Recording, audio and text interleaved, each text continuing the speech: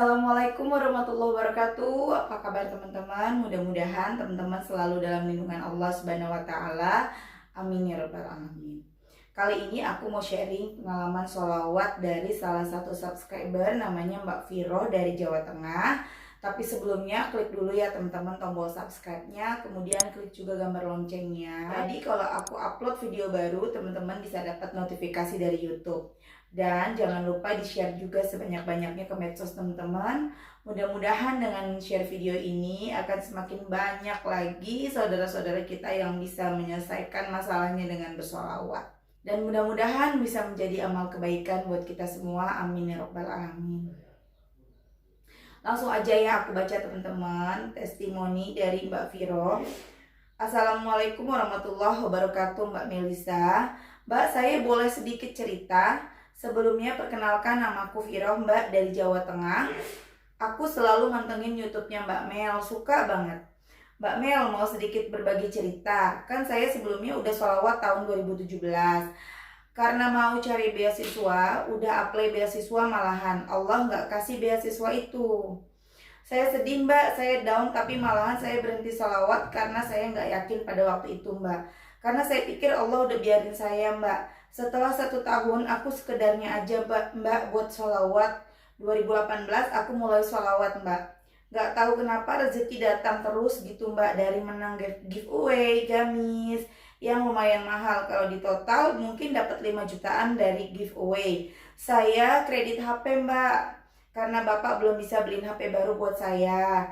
Akhirnya saya beraniin buat kredit HP. Alhamdulillah ada jalan buat bayar setiap bulannya. Masya Allah, saya baru merasakan sholawat waktu itu Mbak. Gak berhenti di situ Mbak, aku lakukan sholawat lagi buat orang yang benar-benar saya sayang dari sejak zaman kelas 2 SMA sampai saya 5 tahun gak ketemu. Sejak sekolah aku selalu liatin aja Mbak, berharap Allah kenalkan saya sama orang yang saya sayang dan diperkenalkan dan didekatkan. Akhirnya 2019 diijabah dong Mbak doa saya. Dikenalkan sekaligus dipertemukan, malahan sudah kenalan sama keluarga. Tapi sayang 2020 ini dia menjauh Mbak sama saya. Tapi memang salahnya saya. Saya nggak minta hatinya sama sang pemilik hati. Akhirnya kita pisah sampai sekarang. Tapi aku nggak berhenti sholawat Mbak. Tiap bangun malam saya doa agar kalau dia benar terbaik, Allah mempermudah jalannya menuju saya. Kalau tidak jauh, ya udah Mbak, saya cuma minta diberikan kekuatan dan ikhlas Mbak, biar rasaku ini nggak keterusan sama dia. Saya sholawat tanggal 19 Maret kemarin. Saya mintanya banyak, tapi saya cuma hamba yang lalai.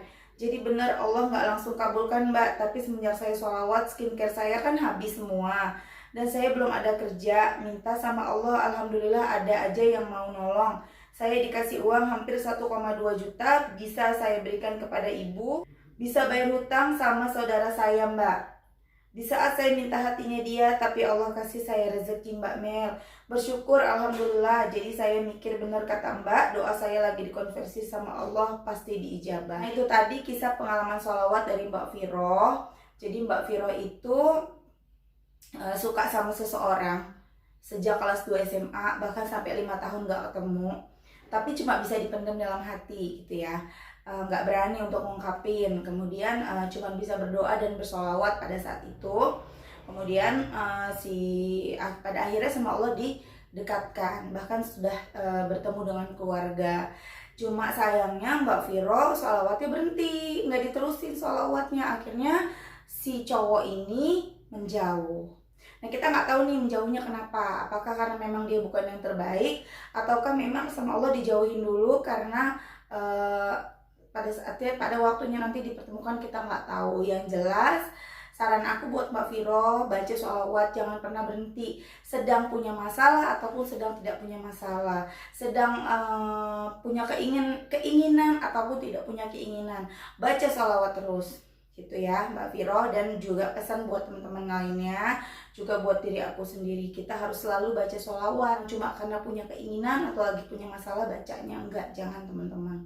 Karena kita nggak pernah tahu di depan kita itu ada masalah apa, kita nggak pernah tahu ada rahasia apa di belakang kita. Dengan kita selalu bersholawat, insya Allah kita selalu dilindungi sama Allah Subhanahu Wa Taala. Amin ya rabbal alamin. Nah kemudian si Mbak Viro ini sholawat lagi di tahun 2018, dapat banyak rezeki, menang giveaway yang harga kalau di total tuh diuangkan itu sekitar 5 jutaan. Kemudian Mbak Viro juga pernah kredit handphone, dimudahkan dalam membayar gitu. Kemudian Mbak Viro 2019 sholawat lagi, diniatkan pengen hatinya dia, tetapi sama Allah dikasihnya dalam bentuk rezeki, yaitu Mbak Viro dapat uang 1,2 juta, akhirnya bisa beli skincare, bisa kasih ibu, bisa bayar hutang ke saudaranya.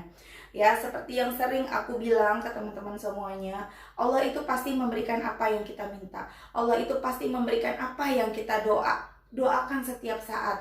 Tetapi Allah mengutamakan apa yang kita butuhkan. Allah lebih tahu kita ini lagi butuh apa. Allah tuh yang paling tahu, teman-teman. Jadi kita nggak boleh ngeluh, kita nggak boleh marah, kita nggak boleh kita nggak boleh protes sama Allah. Jalanin prosesnya, sabar.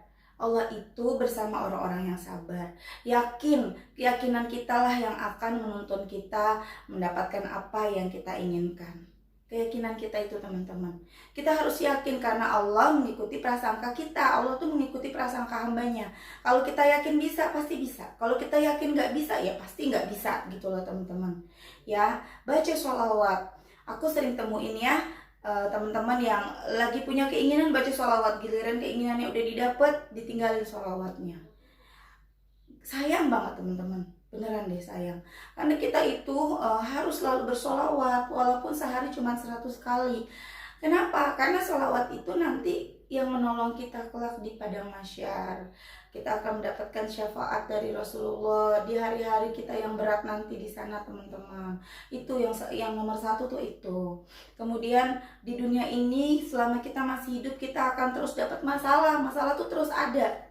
Tapi kalau kita rajin baca sholawat, masalahnya tuh jadi ringan. Masalah yang seharusnya berat jadi ringan, jadi mudah bagi kita. Yang harusnya kita jadi panik, kita jadi tenang, kita jadi adem sendiri rasanya. Seperti itu loh teman-teman. Jadi jangan pernah tinggalin sholawatnya. Nah buat teman-teman yang belum pernah bersolawat, sholawat itu nggak ada yang waktu khusus atau mesti gimana-gimana, enggak teman-teman, langsung baca aja. Sama seperti kita berzikir, sama seperti kita kayak beristighfar dimanapun kita berada, hati, lisan, semua bisa beristighfar. Jadi sama teman-teman, bacalah sholawat. Sholawatnya yang gimana? Ada sholawat Nabi yang Allahumma sholli ala Sayyidina Muhammad wa ala ali Sayyidina Muhammad. Ada sholawat Jibril yang shollallahu ala Muhammad. Ada lagi sholawat munjiat yang panjang. Ada lagi sholawat tibil kul, macam-macam teman-teman. Tapi kalau aku lebih suka baca yang Allahumma sholli ala Sayyidina Muhammad wa ala ali Sayyidina Muhammad. Kenapa? Karena menurut aku tidak terlalu panjang, tidak terlalu pendek, tetapi lengkap. Artinya itu, ya Allah rahmatilah Nabi Muhammad SAW dan keluarganya, keluarga Nabi. Dan kalau kita baca itu doa itu akan berbalik ke kita, yaitu Allah akan merahmati kita yang baca dan keluarga kita. Kalau kita cuma Allahumma sholli ala Sayyidina Muhammad, selesai sampai di situ, Allah balik mendoakan kita, tapi tidak mendoakan keluarga kita. Seperti itu loh teman-teman. Nah, aku lebih suka itu dibaca minimal 1000 kali sehari. 1000 itu tidak berat teman-teman. Jadi kita cicil setiap habis sholat nih, subuh, zuhur, asar, maghrib, isya, dan duha, dan tahajud 7 dikali 100 kali bacaan sholawatnya udah 700. 300-nya dibaca kapan? Sambil masak, sambil cuci piring, sambil nyapu, sambil ngepel, bisa kok teman-teman. Total udah 1000 tuh sehari. Atau sambil di atas kendaraan, jalan menuju kantor, jalan menuju pasar, dan lain-lain. Gampang banget. Buat teman-teman yang merasa berat, baru pertama kali mau coba baca sholawat, ya udah sedikit aja dulu, 100 kali dulu, dicicil setiap habis sholat 10. Subuh, zuhur, asar, maghrib, isya, kalau mau tambah sholat tahajud dan duha udah 7 kali 10 sholawat, udah 70 sholawat. 30-nya dibaca sambil aktivitas. 100 dulu, besok 100, tambahin lagi besok jadi 110, besok lagi dari 120. Lama-lama kita terbiasa menjadi 1000 sehari minimal ya. Gak ada patokan, mau berapapun gak ada patokan, mau 1000, 100 atau mau 10.000, terserah teman-teman, karena memang tidak ada patokan. Yang jelas semakin banyak semakin baik, semakin banyak semakin bagus, itu ya teman-teman. Kalau aku selalu memaksakan diriku dan menyarankan kepada teman-teman minimal 1000, tapi tidak dipatok harus 1000 ya teman-teman, terserah teman-teman gitu loh. Kebaikan apa yang kita dapat? Yang pertama, kita bisa dapat syafaat dari Rasulullah SAW di hari kiamat kelak. Kemudian yang kedua, kita dapat setiap satu sholawat yang kita baca secara lalai, kita dapat 10 kebaikan dan 10 dosa kita dihapus. Kalau kita bacanya fokus, satu sholawat tapi dibacanya benar-benar fokus dalam keadaan berwudu, menghadap kiblat, dengan pakaian yang rapi, dengan kalau perempuan misalnya dengan mukena, dari hati, benar-benar dari hati, itu kita dapatnya pahalanya tidak terhingga, hanya Allah yang bisa menghitung. Tapi kalau bacanya sambil nonton TV, sambil aktivitas, itu kita dapat 10 kebaikan dan 10 dosa kita dihapus. Gitu teman-teman ya. Oke teman-teman, segitu aja, mudah-mudahan bermanfaat, mudah-mudahan menjadi motivasi untuk teman-teman semua. Jangan lupa di-share sebanyak-banyaknya supaya banyak lagi saudara-saudara kita yang bisa menyelesaikan masalah-masalahnya, menggapai hajatnya dengan bersholawat. Jangan pernah tinggalin sholawat. Assalamualaikum warahmatullahi wabarakatuh.